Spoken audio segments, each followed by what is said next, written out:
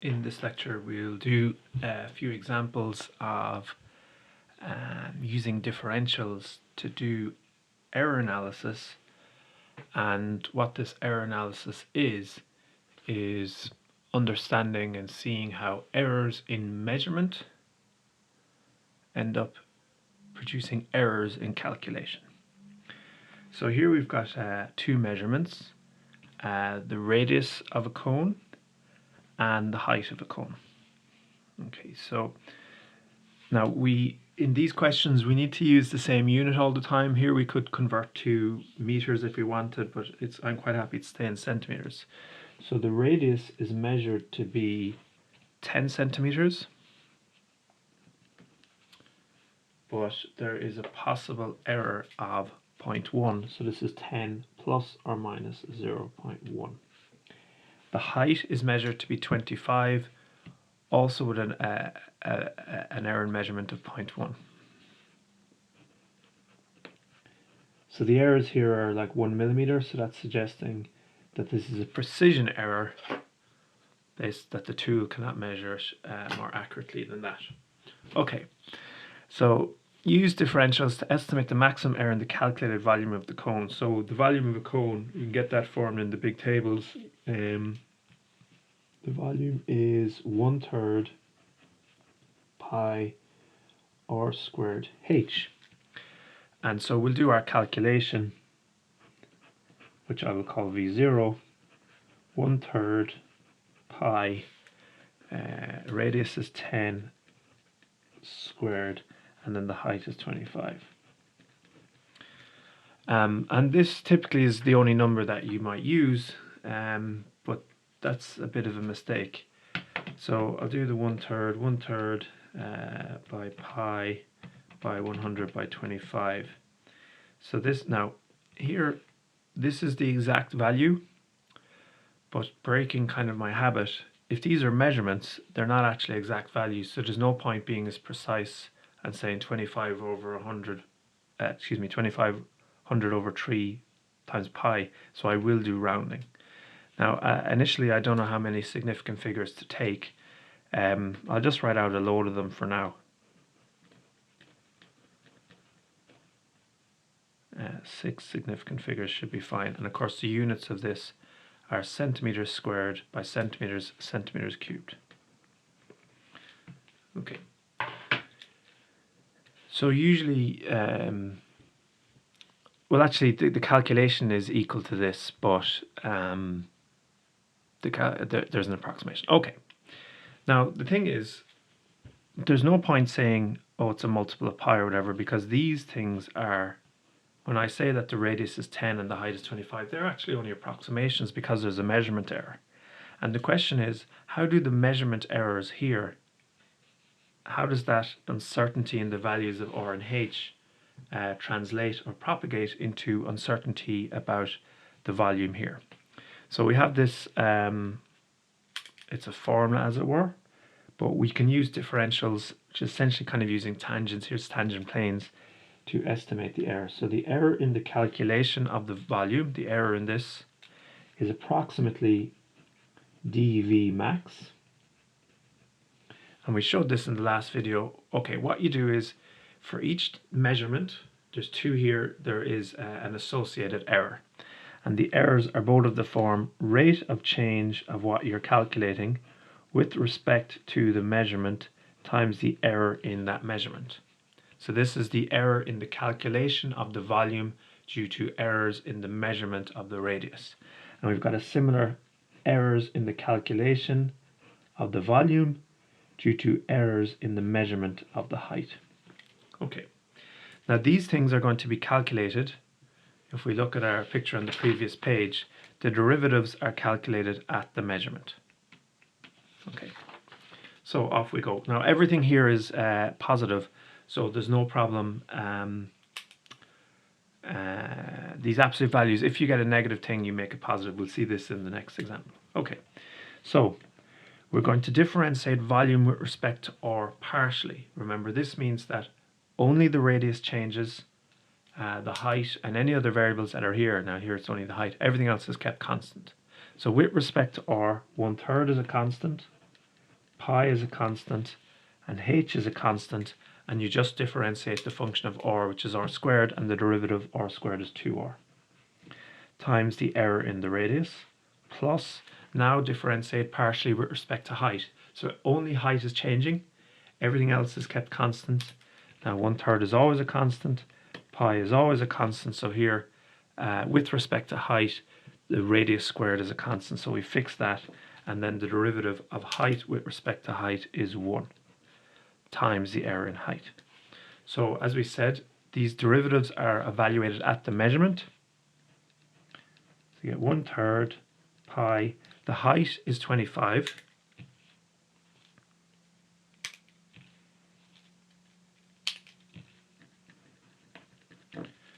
times twice the radius is 10, and the error in the radius is 0.1, plus 1/3 pi, radius squared, the radius is 10, times 1, which doesn't do anything, times the error in the height, the measurement of height is 0.1. We bang this into the calculator, we'll take it to a number of significant figures. Let's see what we get. So I get 1/3 pi by 25 by 2 by 10 by 0.1, that's the first error, plus 1/3 pi by 100 by 0.1. Yeah. So this turns out to be 20 pi. Now that's no good because this approximation here is rough, so you don't want to be as accurate as 20 pi. We get, say, 62.83. Now what I said above, this approximation is quite rough, so you can only make this correct to one significant figure. Now one significant figure, keep on going, what you get is 6. And if, now of course that isn't actually 6, that's 60. I probably shouldn't have written this 6 yet, by the way. So it's 60, and do I round up? No. So this is what I mean by rounding to one significant figure, and then you match the precision. So this is correct to the nearest 10. So this should be put to the nearest 10 as well. Now the idea being that the error is of the order of 60. So the uncertainty here is of the order, like, okay, it's of the order of 10. So the error here is of the order of 10. There's no point talking about 0.99 when this is probably only correct to the nearest 10. So you match the precision here. So you end up with, you think that the volume, you do calculation plus or minus error. So 2,620 plus or minus 60 centimeters cubed. And if you provide levels of uncertainty in your calculations, that's obviously a good thing, because later on it's possible that the volume goes into another calculation, perhaps a calculation that involves money or something like that. And you want to say, well, you've got this calculation, but how much uncertainty is there? To keep track of this uncertainty is a good thing. Right, we'll do another example. Now, in all the examples, you're going to have something that's being calculated and some measurements. So the measurements here are the length is, now it's, does it say anything about units? So we'll use meters. So the length is 10 meters plus or minus 10 centimeters, and the time is equal to 1.43 plus or minus 0.01. This looks like a precision error, and this is probably some kind of a made-up error. Just, you know, imagine trying to measure 10 meters with a tape. It's kind of a little bit difficult, so this is just a safe estimate. Okay, now one of the things that we can do at this point, we're trying to calculate the acceleration due to gravity. Like it's 9.8, you know this, but how do they know that? Well, you have to calculate it, and this is one way of doing it. We're going to have to differentiate this. Now you could, when you're differentiating this, you could use the quotient rule. That's absolutely legitimate. The only thing is, if you're differentiating with respect to L, it's a function of L divided by a constant, doesn't need the quotient rule. And if you're differentiating with respect to T, it's a constant divided by a function of T. You, strictly speaking, don't need the quotient rule. It's not wrong to do it, but you don't need it. So rather than using quotient rule, I'm going to write this as 2L. Now, stuff you may or may not remember, dividing by powers that's what negative powers are. So this is 2L times t to the minus 2. And those bars are going to become important here. Okay, let's look at this on the next page. So our best guess of g, which is 2L t to the minus 2, we just put in our measurements. So we call this g0. 2 times, we measured the length of this vacuum tube to be 10. And we measured the time taken to be 1.43 seconds. And again, I don't know how precise to be with this calculation at this point. It possibly makes more sense to do the error calculation first. But anyway, 2 by 10 by 1.43 to the power of minus 2. It comes out to be 9.780. Now it's 429, so that 2 would round up to 3 if I'm stopping here. And this is, you can look at the units by looking at the formula. This is something you may not have seen before. It's called dimensional analysis. It's meter per second squared. Okay. So as before, we have this thing that the error in the calculation of g, due to errors in the measurement of length of delta L and delta T, is approximately equal to this maximum the absolute value of the differential.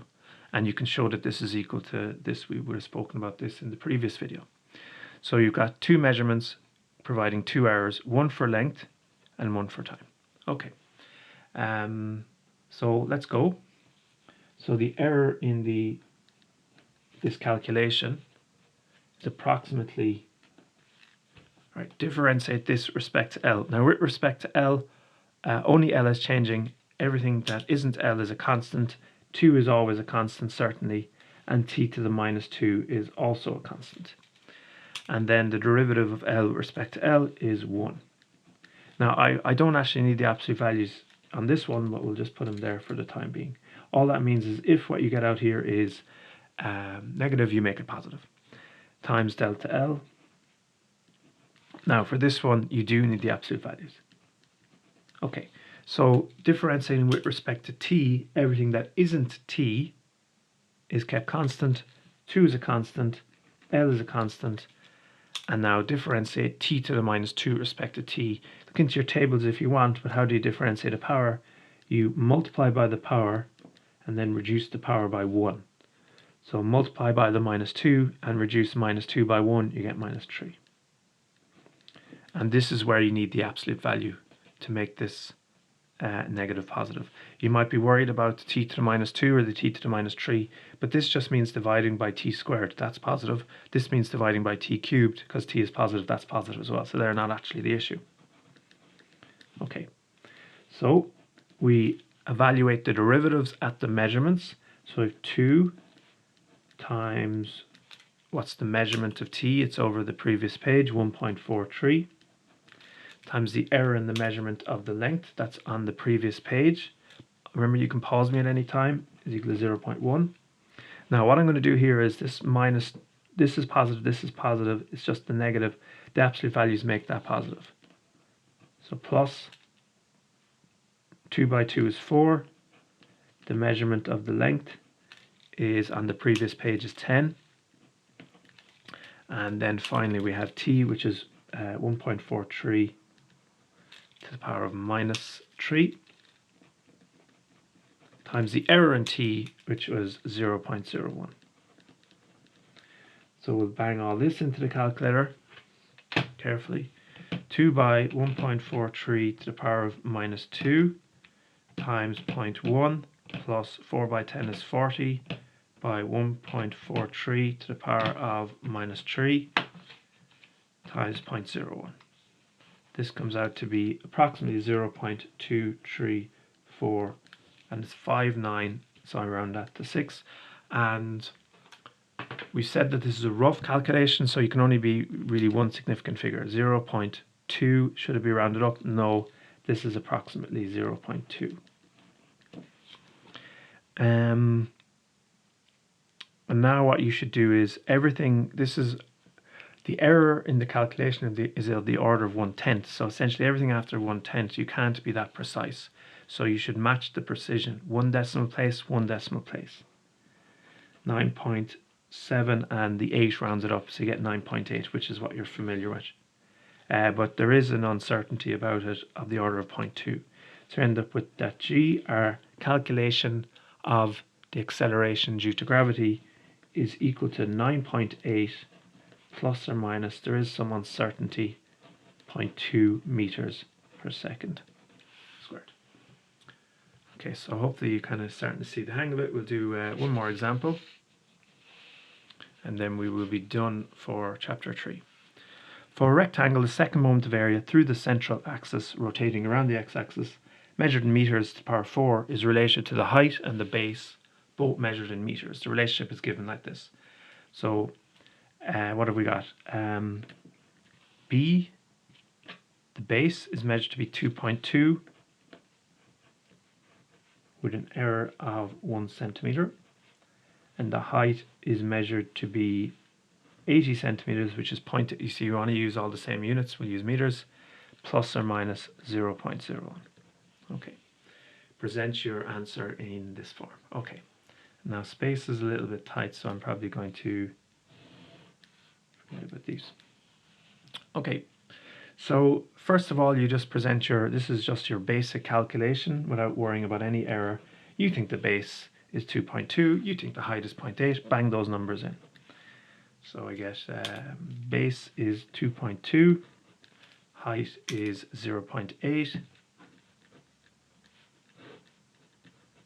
divided by 12, bingo bango. See what we get.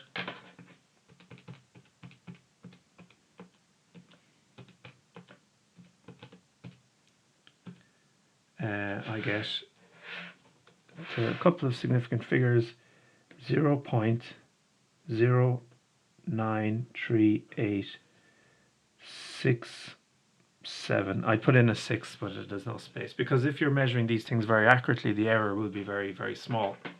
Obviously, the smaller the errors here, the more accurate this is, and you might need more significant figures. Okay, so we can say now that the error in this calculation, the calculation that we just made, is approximated using differentials, roughly approximated by this. Now there's some obvious questions that come in at this point, and what they're to do with is, why don't I just calculate the biggest possible?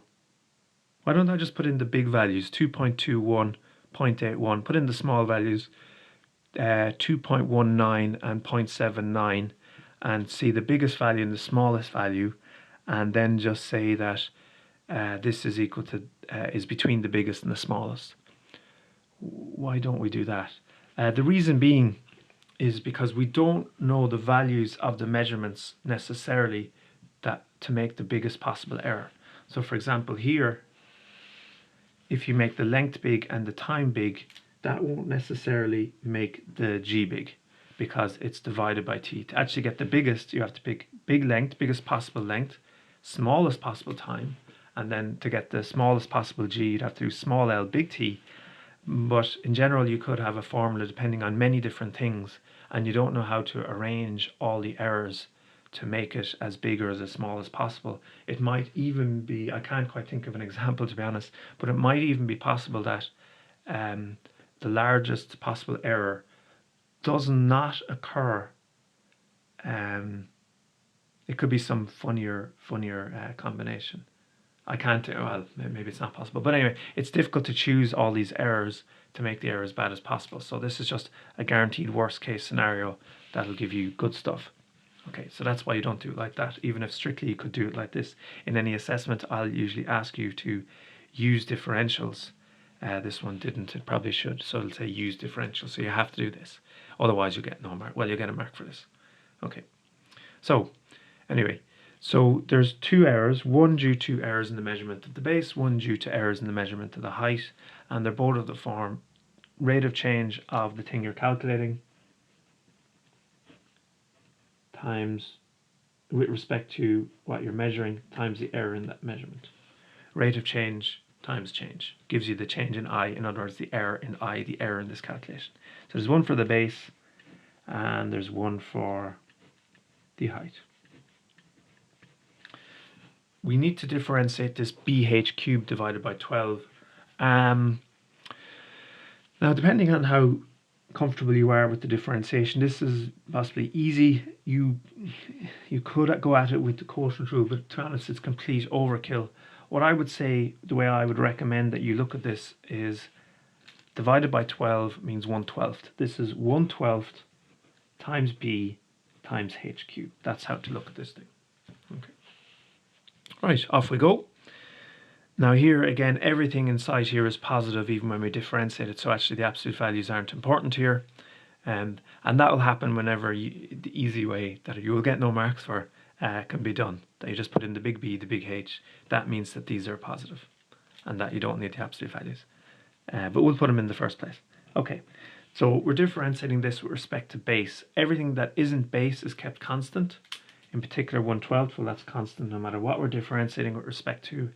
And if we're differentiating partially with respect to b, height is kept constant, and in particular height cubed is kept constant, but we must differentiate b with respect to b, and we get 1 times the error in b, which is 1 centimeter, 0.01, plus, now differentiate this with respect to height. Anything that isn't height is kept constant, in particular 1/12 b.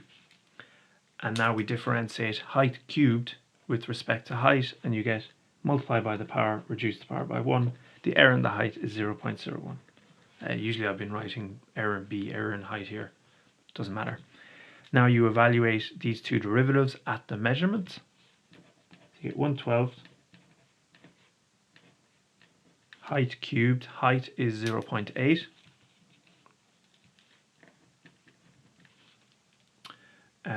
Times 1, which doesn't do anything, times 0.01 plus 1/12. The base is 0.8. No, the base is 2.2 times 3 times the height squared. The height is 0.8 times 0.01. And then we'll bang this into the calculator to 4 significant figures. What are we getting? I get 1/12. Remember, you can pause me whenever you want. 0.8 cubed by 0.01 plus 1/12 by 2.2 by 3 by 0.8 squared by 0.01. Now, I'm not great in the calculator, so just be careful. Double check this. 3, 2.2, 1/12. Yeah, that's good. And I get quite an accurate calculation, because the error is 0.00394. Now, just in terms of rounding properly, this dot means it's 66666. So that's whatever one you stop on, the next 6 rounded up, so you should finish with a 7. So it's like 67, which is the same if you're rounding it here to 7. We said this is a rough approximation, so round this to only one significant figure. 0.0 is not significant, 0 is not significant. This is a 3, but the 9 rounds it up to 4. And we match the precision, so we'll get this thing up here to the 3rd decimal place as well. Our calculation is, we think the second moment of area is 0.093. Now this is 86, so that's 6 rounds up the 8 to 9, plus or minus 0.004. And the units are in the question, and important to an engineer, meter to the power of 4.